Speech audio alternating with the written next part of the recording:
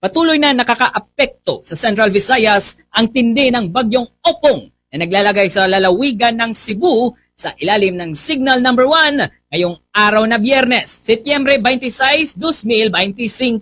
Batay sa tala ng Philippine Coast Guard District Central Visayas mula sa alas 4 hanggang alas 8 ng umaga ngayong araw, umabot na sa 850 ka mga pasahero ang na-stranded sa iba't ibang pantalan sa nasabing rehiyon. Pero hindi lang pasahero ang apektado dahil stranded din ang 363 ka mga rolling cargoes, 58 ka mga barko at 7 motorbangka. Hinimok ng PCG ang publiko na sumunod sa lahat ng alituntunin at babala na inilabas ng otoridad upang maiwasan ang panganib sa kadagatan. Samantala, nakaalerto rin ang Coast Guard Substation Purok Camotes matapos makatanggap ng ulat ng pagkawala ng mangingisda na kinilalang si Eric Tindog, 35 anyos, residente ng sitio Ginkanan, Barangay Kangkagan sa Purok Camotes. Si Tindog umano ay nangingisda gamit ang paddle boat pasado alas 5 ng umaga sa kabila ng mga naunang mga babala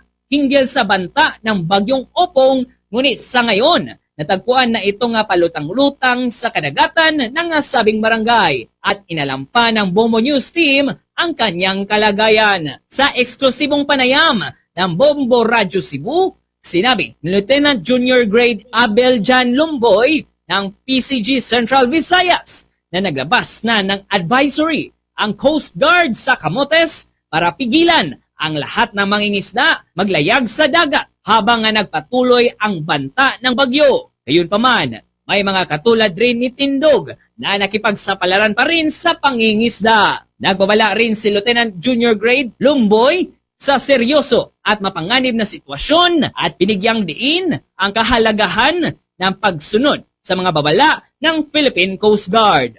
Coast Guard Station Camotes natin, sir, so as of now, either 900 or 9 a.m., ito lang yung incident na na-receive namin within the Central Visayas po. Mula rito sa lungsod at lalawigan ng Cebu, ito si Bombo Rexmon Cortez Omega, and this is Bombo Radio Philippines, the number one and most trusted source of news and information. Basta Radyo, Bombo!